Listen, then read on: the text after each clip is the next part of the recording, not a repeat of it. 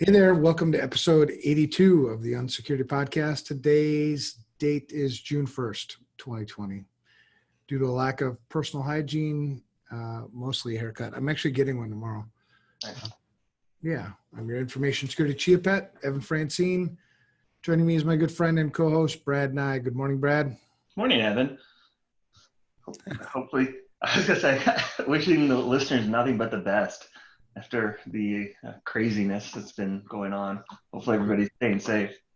I don't even know where to get started on that. But, we do have some serious stuff to talk about in today's show. One of the most serious things for me, at least, is talking to you, Brad, catching up. How you doing? Not bad. It's like you said, it's been a little overwhelming the last week or so, but got out this weekend and got in a nice 5-mile bike ride with my daughter. So that was good. It's fun to see them kind of. It's good. Yeah, it's fun. Lots of time outside. Yeah. Mowing the yard and lots of chalk drawing on the driveway. The world's gone crazy, man. Yeah, it's fun. We've started playing Pictionary on the driveway with chalk. So we were doing that for a bit on Saturday. Really? Fun. That was their idea. So awesome to see them. Yeah, awesome to see them get along so well, given it's really been cramped up since, for almost 2 months now, 3 months now. Yeah, have you guys gotten out anymore? Not really. I mean, they've had a couple of they got to go to the orthodontist, so they were excited to get out and be out of the house for a bit, not like riding a bike or being outside. So yeah. How about you? Trying to keep my sanity, man. It seems like, every time you turn around, it's just crazy stuff, man. I don't even know what to think sometimes. It's you just start feeling like you're coming out of COVID, and then this. What's crazy is it's not like COVID just magically went away, but you just don't hear about it. Right. I mean, it's still there. That's a nurse. She's saying that they're having to still take a lot of precautions, and yeah, it's nuts. Yeah. As Zach would say, cuckoo banana pants. Right. I think that's a pretty apt description. Yeah. Well, and it's just like, you read just maybe I should stay off of social media, but you read the things on social media and it's just like, what in the hell are people thinking? Oh no, it is. It's overwhelming, the amount of things just constantly bombarding, and yeah. It's well, there's so much hatred. Yeah. I mean, it's like pure hatred on both sides. I think the part of the problem is you've got an avenue for this small percentage of people to reach a larger audience, right? I still think and believe it's a very small percentage of the overall population that's driving that. Yeah. But it's just there. It allows them to dominate the news cycle and the messaging and all that stuff, and it's unfortunate. Yeah, it is. It is because people. I mean, I've read, just crazy things, man. Because I've never felt. I don't know. There's a lot of processing, that has to take place. A lot of you're reading things from people and you hope it's not representative of, larger groups of people, because the things that you're reading are things where you can't coexist. Yeah. You know what I mean? With the hatred, you just can't coexist. And so, and the problem is we have to coexist. Right. Or you eliminate each other. Yeah. And that's just, it's so destructive and it's the wrong place to go. I think logic in a lot of places is just kind of being thrown out the window. Working together, love, compassion, empathy, the good things, just seem to be in some circles, right?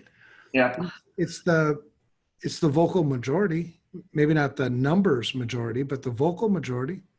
Yeah. Well, I mean, I think it goes for what you hear in business, right? 20% of your customers cause 80% of your problems. Yeah. I think from, I really do believe that that's what it is, right? It's just that now with the 24/7 news where they've got to do it is driven by ratings more. And then, the social media, which allows them to kind of, instead of being isolated pockets, is now banding and getting that message and being able to kind of overwhelm the 80% that aren't that way, Right. that don't have, the hatred. I don't understand it. I mean, I just don't get it. But I get it. I mean, I understand, the frustration. I understand. yeah, yes. I mean, just the pure hatred and some of Right. the rhetoric and just that I don't. I don't know. I can't comprehend hating anybody for something that much. Right. Just so I don't even know. Like, I don't get it. Yeah. Yeah. And it's almost like in some circles, you don't, people like us don't, you almost feel like you don't have a right to even say anything. You know what I mean? It's like, Yeah.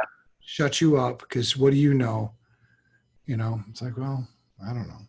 Yeah, I think the best thing that I saw, because it is, I think, well, and I think people's backgrounds make a difference too, right? So I I can't understand what some of these people are going through. Because it's not, but I can say I have empathy. I understand the frustration, right? I can hear the message and support that, but I truly can't put myself in their shoes. But it, I, yeah, I don't know. Well, anyway, so I mean, it's just dominated kind of the thoughts, the last week. We did try to get away this weekend, went on a motorcycle trip, and then, I hit another deer. So, most people, I think, have never hit a single deer on a motorcycle. Yeah. So now I got two under my belt.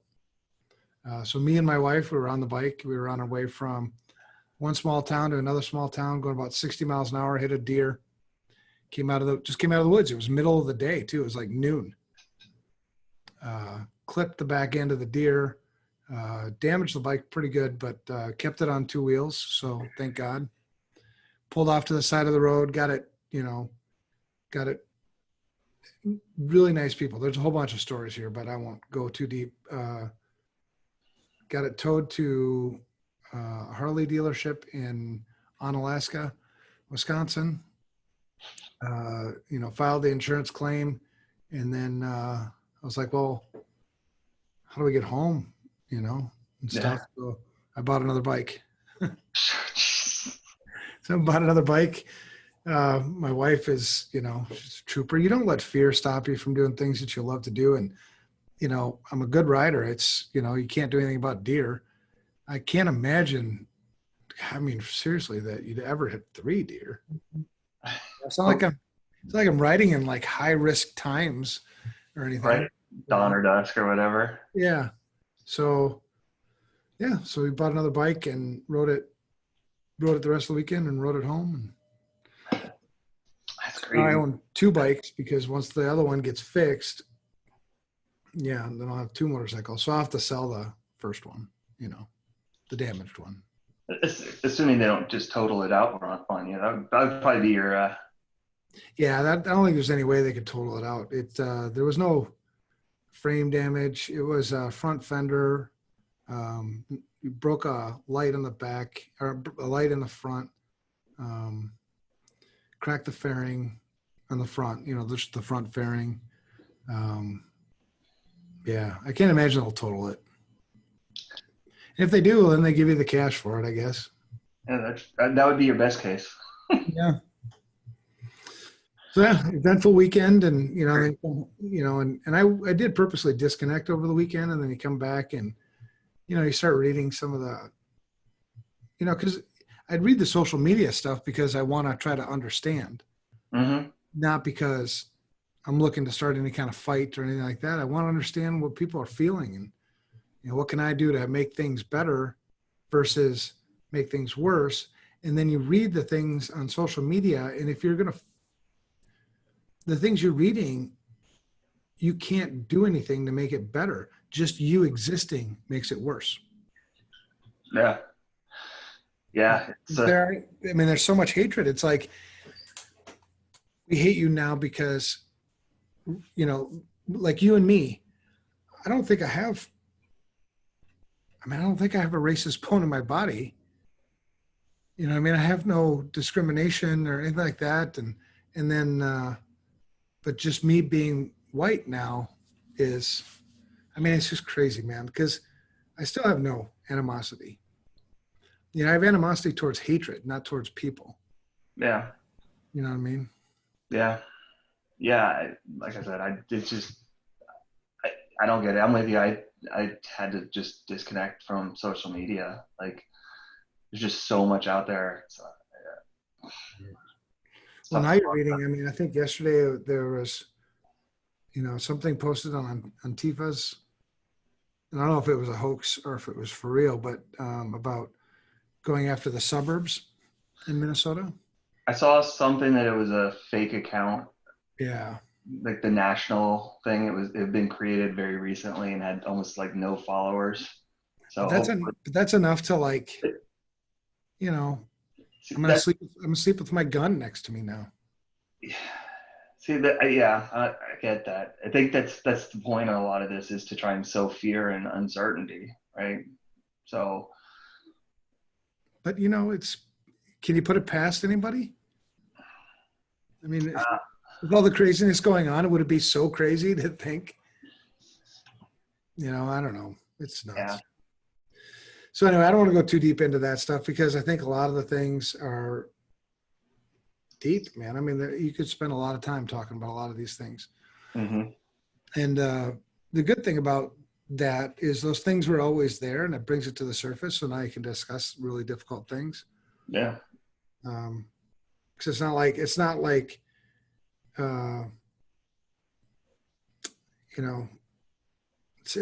these events of the last week are the cause, right? The cause is deeper. Oh yeah, it goes back decades. Yeah. So anyway, one of the things I wanted to talk about, because it's easy to pick a topic for this week's show. When we think about the world and how crazy it is, we encountered the events last week. So many thoughts, emotions running through our heads. Everything from sorrow to anger to frustration and everything in between. We don't want to shy away from the tough issues, but we also need to keep things on topic, meaning information security for this show, because that's what we talk about here. We talk about information security. We could go off on all sorts of tangents and talk about lots of other things. But what I'd like to discuss today is how current events apply to what we do. Ultimately, what do these things mean for information security? So you game for that? Let's do it. All right. See, I knew you would. All right. So the first thing, oftentimes, in information security, our clients, the people we work with, are businesses, right? And so our number one, we have a set of 10 principles that we follow here, at FRSecure. And number one is a business is in business to make money. So if the business doesn't make money, then the business doesn't exist. Right. And if the business doesn't exist, payroll doesn't get made. And if payroll doesn't get made, mouths don't get fed. And families don't get supported. So making money is not a bad thing. A business making money is a good thing. A business making money means that mothers and fathers can feed their children, can put a roof over their heads, can transportation, entertainment, all the things that are good, right? Mm-hmm. So what we're seeing, I think, what I've seen, in the riots and everything like that is businesses are already struggling. They're already getting their asses handed to them with COVID. And then you couple that with the things that are happening now with the riots. Mm-hmm. So what can we do? I mean, as information security, if we believe that a business is in business to make money, and our job as information security experts is to do our best to preserve that ability, Yeah. lots of ideas, lots of things to discuss. So physical security implications. So if you were a business or you were consulting a business that was in a zone that was affected by, riots and unrest and civil things like what we're seeing, what are some of the things that we could do, back up now? Because playing Monday morning quarterback is something that we have the ability to do. And, Well, it would be good. This will be advice for maybe some businesses that aren't in those impacted areas yet, right? Like if they haven't been impacted, the potential is there. So what can you do to prepare for it ahead of time? Hopefully it doesn't spread, but if it does, what should you do? And I think one of the most important things is, and we look at this, is do you know what your neighbors are, what they do? We're seeing kind of retail seems to be getting targeted because people are smashing. Yeah, they're grabbing stuff. So if you've seen it in Minneapolis where there's a lot of like restaurants and small businesses that are just kind of collateral damage to the retail. So know what is around you, what other businesses are there, what risk does that put you in? Yeah, and certainly if you play it out, I guess one of the things is, are you a business that looters would target, right? Are you retail? Right. That would, So I think you make up a good point. First kind of try to figure out what kind of business you are, what kind of business your neighbors are, and are they potential targets for looters? Or, if I'm a law firm, I may not be a target for looters, but I might be a target for burning my building down. Right. So thinking about, that, am I a target potentially for being destroyed or being looted? If I'm a target, well, then it might make sense to move inventory. It might make sense to move, personnel, move critical assets, to a less, at-risk location. Mm-hmm. Yeah. Paper records, things like that you need to keep. If you're in a high-risk area, you probably should be considering relocating those things. Yeah. So if you haven't been hit already, but you think that maybe you're in a higher risk location, physical location, it might make sense to seriously consider moving things. Yeah. I mean, at least retail, if you're a retail organization, you're going to lose the revenue anyway, right? Nobody's going to be shopping in your store if looters and protesters are, outside. So the next best thing is to try to protect your inventory, your investment. Maybe switch to, and sadly, I hate to see brick and mortar going away, but there's viability of the business itself, right? So if you need to go, focus your attention online. Well, and it's when I read your notes, excuse me, part of me, my thought was, well, we're already going to see a fundamental shift in how businesses operate anyway. Prior to any of the protests and riots and all whatever over the last week, just with COVID-19, is what businesses are going to continue to have physical locations? Is it going to be a smaller footprint with less resources? Like, I think what we're going to see over the next year and a half to 2 years is a major shift in how we have to look at physical security from an InfoSec perspective, because it's what we had in January of 2020 and what we're going to have in January of 2021, 2022, whatever, is you're going to look back and be like, that's crazy. Right. The change is going to be just, it's going to be a fundamental change in how businesses operate, is my guess. Right. Yep. I agree. So, I think we're going to see probably, hopefully, businesses that are on top of it and being smart are going to, there's still physical security implications with people working remotely, right? Well, they have to have access to documents, and how do we block printing, or do we send them secure shred? There's a lot of physical security implications that you have to consider, but it's going to change what those are, and you're going to see a change to more of how do we secure remote workers. Mm-hmm. Yeah, I agree. So physical security implications today, so that's a great thing for us to plan for, right? If you're a business, planning for what your business will transform into. Sadly, a lot of these, I think a lot of the inner city town, brick and mortar goes away. I mean, I think because why would if I was a business owner, why would I open up a business in those areas? Because it's not just, and it has nothing to do with white or black or anything else, right? There are many of those businesses are owned by people who live in those communities. Right. Yeah. Our downtowns, I think that's another thing, the cities are going to be very different, and I think it's going to be interesting to see what happens. It will be. Right? High rises, if you can't get tenants, what happens to all those high rises, because they don't need the space anymore. Right. So today, for a business that has not been hit yet in a higher risk area, we've talked a little bit about that. And even if, at the very minimum, if you're not ready to move things, to move your critical assets, the most critical being your people, obviously, Mm-hmm.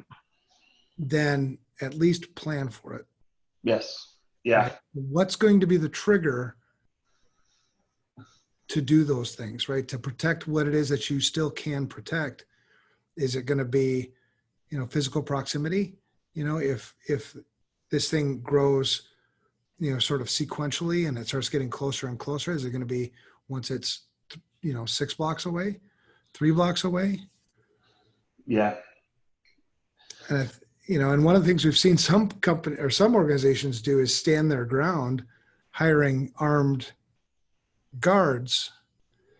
If you're going to go that route, man, you've got a lot of legal things that you'll need to work out. Better buckle a lawyer first. Exactly, because that could turn really ugly. I'm not saying, don't do it, because I haven't played all those scenarios out myself in my mind, but that could be a really slippery slope.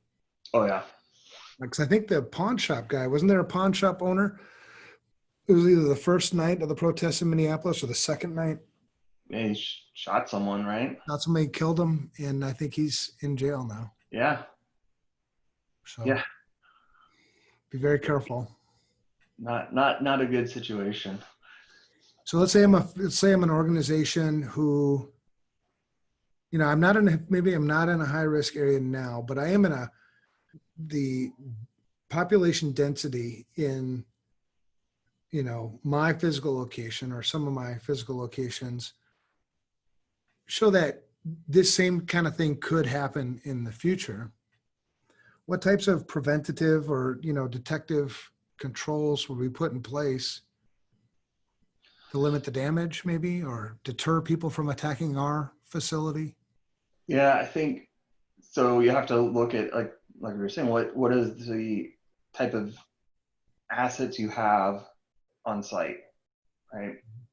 Is it just like basically we don't have paper or anything in the office. Our stuff, it would be, monitors and spare, parts from keyboards and that type of stuff. There's not a lot of data on site. So our risk is more those types of things. The biggest thing for us would be people, right? Making sure that we're safe. Well, we had the office closed for what, 2 months, whatever. So we know, hey, we're going to go back to doing that. If you have a lot of inventory that you're concerned about, maybe you look at, some sort of like, gosh, you have some cameras in place that are maybe a little bit more obvious, and so, or signs that state that it's being recorded. Well, I think, depending on the type of business too, is, we've talked about this before, making your building look more inconspicuous, look really attractive, nothing special about this building. There's no bright neon sign that says, hey, we've got critical stuff here, nothing. Yeah.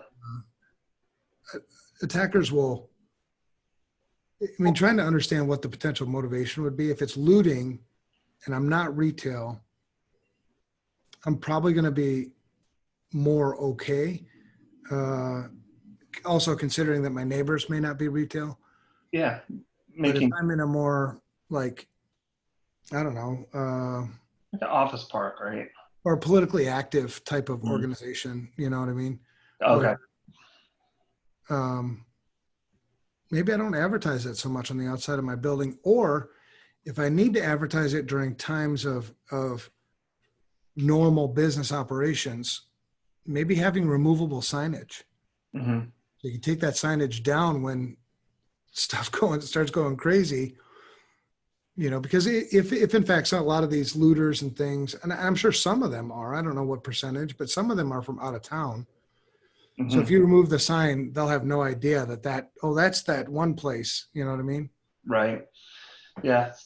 Simple things like closing blinds or shades at the office so people can't just see in and see what's there. Right. Yeah. And I think, if you have the ability, in terms of site design, offset, the building, further back from, sidewalks and streets, are less likely to get, because you figure if the crowd is moving down the street, typically, as a big, mass, they're less likely to go east and west, on that track. Yeah, they're not going to divert off. Yeah. So, your physical design, if you have the ability to, or if you're relocating or you're locating to a place that might be high risk in the future, those are also considerations, I think, in how you would approach physical security design. Fences, there are different types of fences that don't make it look so, high security, but they actually provide security, those types of things. Yeah. And also, like you're saying, knowing the location. If you're on the ground floor, that's a different set of risks than if you're on the 15th floor. Right. Right. Like they're not going to climb stairs to loot an office on the 15th floor. Yeah. To get a laptop. Right. But your risk is that there's a fire, right? That would probably be the bigger risk. Or, there's the looting happens on the ground floor. You're not able to access your office. Mm-hmm. So I think you have to take those types of things into consideration as well. Yeah. And certainly from a personnel, because I usually fit safety somewhat more into the physical security area, excuse me, for better or worse, but however you organize it, but, certainly personnel safety, communications, lines of communication, so you can inform all of your employees about the happenings, the goings on with the business, what our strategy is going to be. The office is closed, the office is open. If the office is open, come this route versus that route, just all those kinds of things. Yeah. Well, and like, right now Minneapolis is shutting down some of the major thoroughfares. Mm-hmm. Right? They close at 5 o'clock. Well, as a business, you need to know oh, well, we're going to have to close early because we can't have our people stuck in the office. Right. These are closed. Yeah, for sure. So I think there's a lot of physical security implications, a lot of lessons, a lot of ideas. I think the important thing is that if you're going to approach these things, to do so logically, to plan, document, right? Because there are lots and lots of things to consider. It's not just one thing, Yeah. right? Even where we're located, where we're in a suburban location, we still have to consider things, right? Mm-hmm. Uh, because we do know that there's been some, whether it's uh, whether it's just rumor or whatever, what's to stop this from moving even further into the suburban locations? Right. What would you do? The Right. wrong time to figure that out is when you have to do it. Well, and we've already seen that with COVID, where businesses were like, I don't know what to do. We had to shut down. Well, like you said, hopefully people start trying to, realizing, hey, we can't just kind of wing it or hope for the best, or it's not going to happen to us. Like that's not the case. So start planning, start looking at some of these things, and Right. And worst case, it never happens to you. You never have to face this directly. right. So you spent, X number of hours planning, and what you got out of it was peace of mind and a better understanding of yourself. It Well, and wasn't wasted time.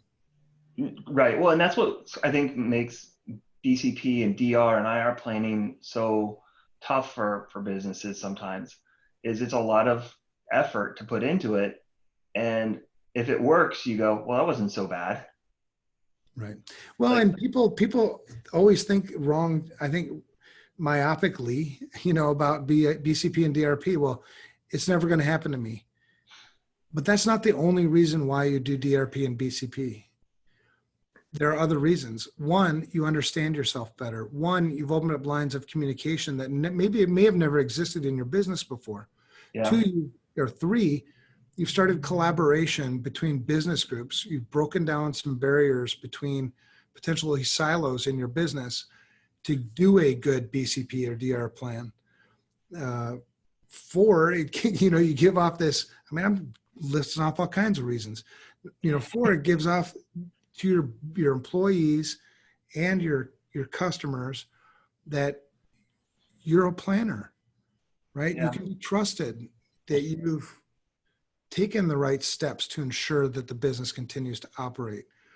I mean, there are just so many more reasons to do BCP and DRP beyond, well, I'm never going to have a disaster. yeah. I I totally agree. I'm just hoping that this, you know, trying to find some positives out of all of this.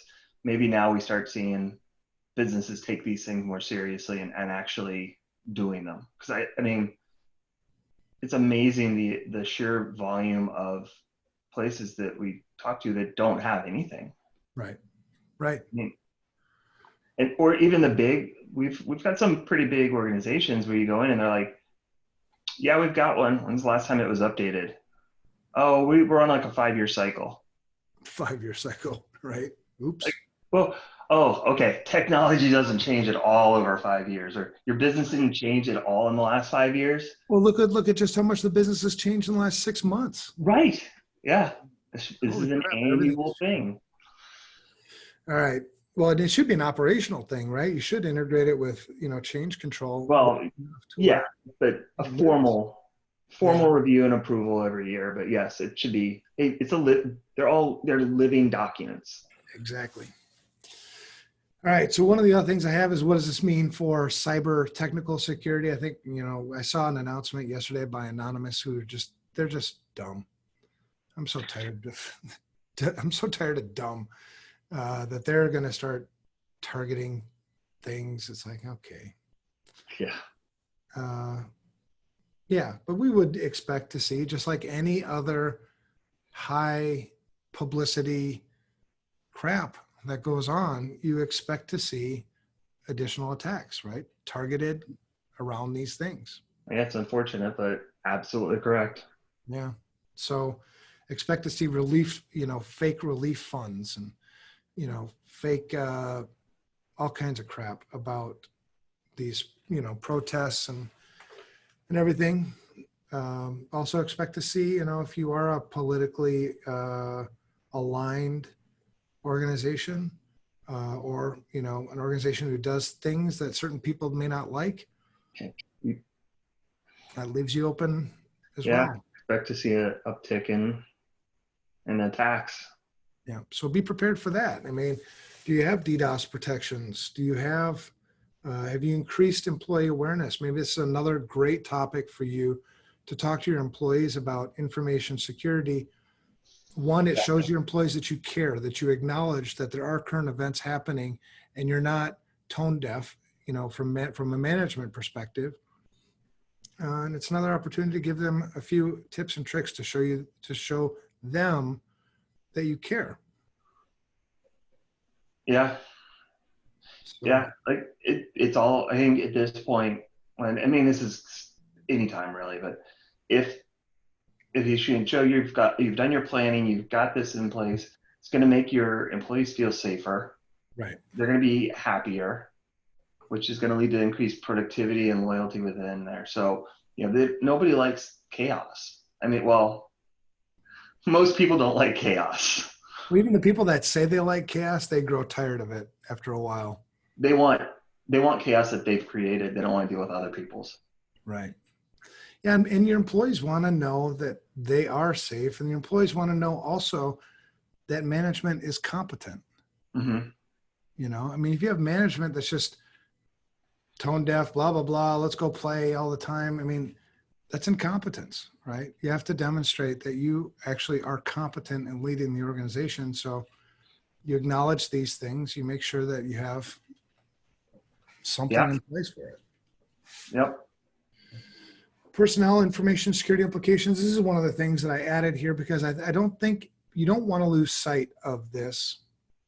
You don't want to lose sight of the fact that certain people within your organization don't think the same way potentially that you do. They don't have the same political beliefs. They don't have the same backgrounds. They don't have the same anything, or a lot of things are different. So they may be angry. They may be frustrated. They may have higher tendencies to do damage to your organization because of their frustration, because Mm-hmm. they're not thinking clearly. Maybe they've got the hatred bug as well. Yeah. So, and insiders can cause, from an information security perspective, can cause more damage than. Oh, yeah. So, are you reaching out to your employees? Are you asking them about their feelings? Maybe it's a good time to have a forum for Mm-hmm. people just to discuss openly and have people be heard. Maybe it's good to increase employee monitoring, activity monitoring. Yeah. And you don't come cracking down on. I mean, I'm not. You can do it however you want to, but I'm not one of those people that likes to come cracking down on people hard. I'd No. much rather, if I saw unusual activity like increased searches for, I don't know, Antifa or riot Right. Exactly. protests in my area, things like that, I would want to know about that and maybe have, obviously you let employees know that you're monitoring. You don't want them to, because that's just part of normal Yeah. You should be doing. business anyway. You should be doing some web filtering for sure. And then have those discussions with people. And however you decide to approach it, if you need to go through HR or legal or however you want to take care of it. But I'd certainly want to know if I have employees in my organization who are disgruntled, who are more Mm-hmm. prone to engage in, illegal or violent activities, because of this. That's important to know. I mean, Right. yeah, you're right. That's a huge risk. You don't want those things to happen, but like you said, it's so much better to be proactive on this than reactive. Yeah, just limits the damage and the impact of anything that does happen if you can be prepared and watching for these things and know what to watch for and have a plan for if you identify something. Right. And it might be signs that an employee is struggling. Yeah. maybe they need somebody to talk to. Maybe they need some counseling. I'm a big proponent of counseling for Oh, myself and for others, right? So, 100%. It's try to yeah, walk alongside them. it's amazing that there's such a negative connotation to going and just talking to someone. I mean, at the end of the day, that's really all it is. You're just getting. I can't tell. Yeah, it's not even just that, but like, how many times have you had an issue like just struggle? And I'm like, I'll go to my wife and be like, I don't need you to give me feedback. I just need to talk to somebody and have someone listen so I can get this out. And it's like, oh yes, that was it. Like there's that. So just talking to somebody is so powerful. Yeah, and especially sometimes when it's somebody who's just an impartial third party, Yes. who has no vested interest, who doesn't know my propensities, my habits, my struggles in other areas. I just have this one topic that I want to talk about and get off my chest, and Yeah. to do so in a way where I'm not being judged. And actually, I'm writing a whole blog post on myself, and this is part of my therapy, just normal stuff, how quick we are to judge other people all the time, right? Mm-hmm. By looks, by the cars you drive, by whatever it is. And truly the fact of the matter is you don't know me. I mean, you do because you're a close friend of mine, but people who judge me, 99% of the people who judge me have no idea who the hell I really am. Right. I mean, if you looked at me from the outside, you go, I drive a pickup truck, a big pickup truck. I have a beard. I'm white. I carry a gun. Right. And I ride a Harley. Well, I must be a redneck, racist, right-wing nut job, right? Yeah. No, I'm not. Not even close. So judging people for the way they, So that is one of the big things that, as an SMT, that we really, it gets hammered home all the time, is benefit of the doubt, right? Don't just snap judgment that somebody is doing something for whatever reason. Hear them out, because guarantee that, at least internally, it's not malicious. It's not, there's another reason they're doing it, and to them it's probably very valid. Listen to what it is, and gosh, who knows, maybe you'll be surprised and be like, oh, okay. So you're not a jerk. All right, I get it. Oh, you were doing it for a valid reason that I didn't consider. Right. And maybe you were helping me. Well, right. Yeah. So benefit of the doubt is huge. Yeah, I agree with that. And not just at work, but anywhere in life. Right. Yeah. I agree. So if COVID-19 wasn't enough to motivate you for better response planning, and this doesn't either, I don't really know what else to tell you. I mean, the thing about this one is the riots have been so widespread across the entire country and even the world, I've been reading. So it's not like a hurricane, a single event that hits, Louisiana. And well, I live in Minnesota. A hurricane's never going to hit here. Okay, but this stuff does, right? Civil unrest. Mm-hmm. I've never seen it this widespread. Not in our not in our lifetime. Maybe the Rodney King stuff, but I don't remember it being this widespread. No, and I don't remember it, which, hopefully will lead to some really good change. But, we got to put all the rhetoric and the hatred and the BS aside if we really want to affect change. Yeah. So on the planning things, you go off topic a little bit, but you'll get a kick out of this. I'll wait till you finish drinking so you don't do a spit take. Oh, we were doing some something for a business, and about their incident response plan, and it was, if something happens, we'll contact an external company. That's and we don't test annually. So their plan literally was, if something happens, we'll contact someone. God help you. Like, okay. It's not a plan. I mean, I guess it is a plan. Technically, it's a plan. It's a bad plan. Not a great plan. Well, and even if people, and I tell people that, even if you don't have an incident response plan or you don't have a disaster recovery plan, you still have a plan. You're going to end up doing something. You just don't know what the hell the plan is. Yeah, you don't know what that is, and that's not a good feeling. No.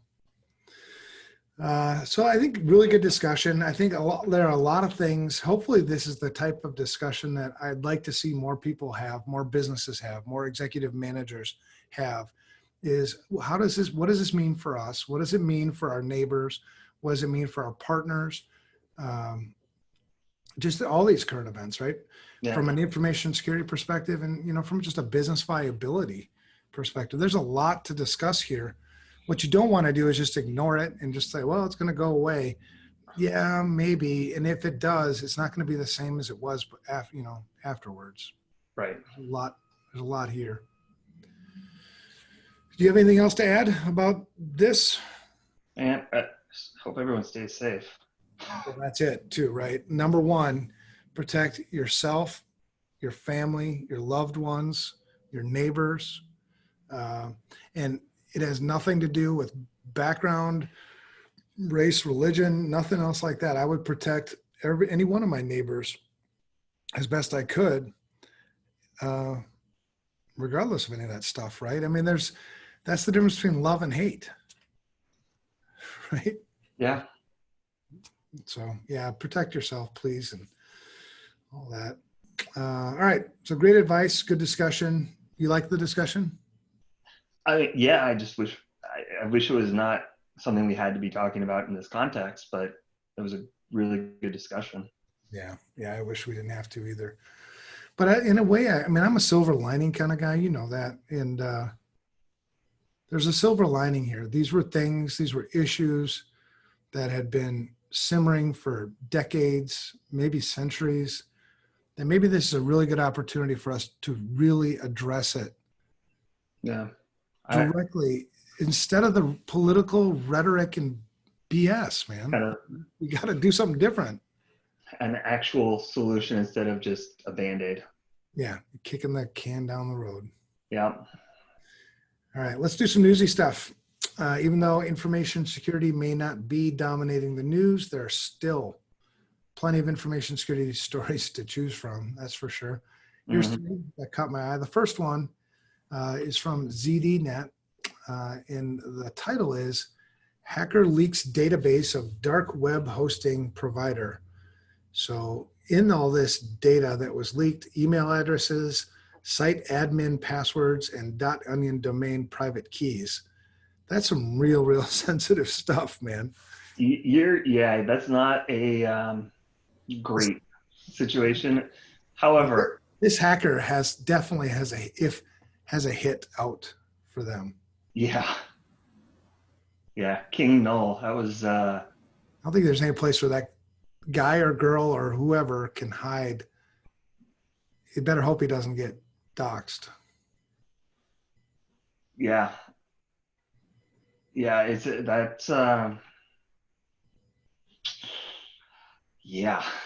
Right. There's gonna be a lot of people very unhappy with him. Well, there's a reason why they call the dark web dark, right?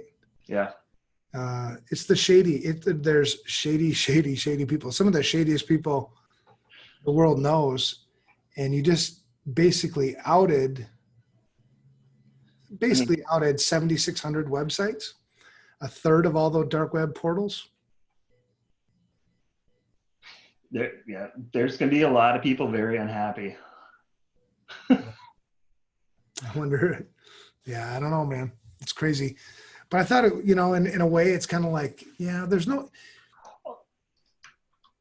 In a way, I'm not all that sad about it, but it just goes to show that there's no loyalty, among criminals, right? Well, it's kind of what you would expect on there, I think, right? Right. Yeah, King Null is the hacker. That's his moniker, or her. I assume it's King, so I assume that's a him. That's the moniker. Uploaded a copy of DH. So DH is Daniel's hosting. Stolen database on a file hosting portal, and then turn around and notified ZDNet. So I wonder why he or she chose ZDNet. But the leaked data included 3,671 email addresses, 7,205 account passwords, and 8,580 private keys for .onion, which are the dark web domains. My question is, so the guy that's hosting it, this was the second time it was hacked. First time was in November of 2018, and 6,500 sites were wiped, but no data leaked. Now they're saying, oh, it's going to come back and he's going to relaunch. Why would you trust this guy's hosting? Oh, Daniel Winzen? Yeah. Yeah, that's, excuse me, the largest free web hosting provider for dark web services. Daniel's Hosting, DH. Daniel Winzen is the owner. Wonder if he's got some personal safety issues to deal with now. Yeah, maybe. I hope not. I mean, I like people getting justice, but I also don't like people getting, people getting hurt. Yeah. But that's a bad spot to be in. Yes. Well, the next one's kind of, I think, a better news story. It's this is from GB Hackers on Security, which isn't my favorite source, but whatever. It's a good one. It's a good story. Yeah, and the title is HackerOne paid $100 million in bug bounties to ethical hackers. That's pretty darn cool. That's awesome. Yeah, and that's a lot of money. So this is from, they were founded in 2012. So now it's been 8-9 years. And the trend has been very consistent. In this article, they've got the trend that hit $1 million for the first time in Q3 2014, 10 million in Q3 2016, and then all the way up to $100 million in Q2 of this year, 2020. And bug bounties are great, right? They help improve security, and they make sure that the ethical hackers who found the bugs and reported the bugs responsibly get paid for it. Right. No, I think it's a good program. Yeah. It's very cool to see. And I guess I didn't realize that HackerOne had been around for that long. I guess it's been a while. Yeah. Yeah. So if you think you're elite and you want to go make money the right way, and that'll be it's interesting, one of the conversations we're going to be having this week on the security shit show, excuse my language, is I don't think that we have to put the explicit tag on that for just that one time. Probably not. Why do some people go bad and why do some people stay good? Be an interesting discussion because these are good. Well, I don't know if they're all good. They might do good and bad, which would make them interesting people. But at least for the bug bounties, the money that they collected, they were good. They helped companies protect their information security better. Yeah, just an interesting story. What do you think about it? Yeah, I like it. Like I said, I think it's a good way to give people scratch that itch, right? Maybe it keeps people from going bad because they can make money to staying on the positive and doing what they want to do and still be able to make some money. Right. Good stuff. So the last is from Naked Security. Do you giggle inside every time? It's a group. Yeah. They really knocked it out of the park with the name. Right. You can't forget it. No. So from Naked Security by Sophos, the title is Google sued by Arizona for tracking users' locations in spite of settings. Surprise, surprise. Mm-hmm. Sucks. I'm so angry with Google. I think it's just, this is what happens when a company just gets way too big for itself and greed just rules the day. Because I remember when Google first started out, it was such a beautiful thing. And now it's just like, I just don't like it. Oh, yeah. I think you started to see that switch when they dropped the do no evil or whatever. Yeah. So Arizona, the Attorney General for Arizona is suing Google for unfair, deceptive, and also against the law, the Arizona Consumer Fraud Act. And it's interesting, last week I was in a NASCIO cybersecurity committee meeting. I don't know if it was last week or the week before. The weeks blend now. But it was talking about, the health tracking, tracking COVID cases. And an executive from Google was giving the talk and was, assuring everybody that on the phone that, yeah, Google is not going to keep the data and, I know, but we just talked about last week. Did we talk about that last week? No, was it North Dakota or Yeah. no, Idaho or Montana, wherever it was. Yeah, that was North Dakota. Yeah, so can't say that. I mean, in Apple, same thing. Yeah. Google takes Apple to a whole nother level. I agree, but it's tough to trust some of that stuff. Well, it is, and you're so sort of like stuck with it. I don't know. We're gonna have to do something more to open people's eyes to what actually happens to your data, even though Google has all this data and you can click to see what data they actually have and is that true, and just all the, I don't know, pull the covers back a little bit and see what actually happens. But it's nice to see that somebody is standing up, if in fact it's true, which it is. That Google tracks users' locations despite whatever settings they've set on the phones and mobile devices. Be interesting to see what comes of that. Yeah. All right. All right, listeners, that's episode 82. Brad, who you got a shout out for? You know what? I'm gonna go with my oldest. She got the Presidential Excellence Award in Education. So very proud of that. Awesome. Congratulations. So yeah. I'm going to give a shout out to a guy named Steve Halverson. That's the guy who helped me this weekend. Nice. He's probably never going to listen to this, but nicest guy you'd ever meet. Took 2.5 hours out of his day, lent me his trailer, his truck, towed us, took care of us. Nicest guy you'd ever meet. So he set the example for what I'd love to see more people be. Just loving, caring, helpful, no ulterior motive. He wouldn't take my money. So finally I shoved it in the crack of his truck and he'll find it someday.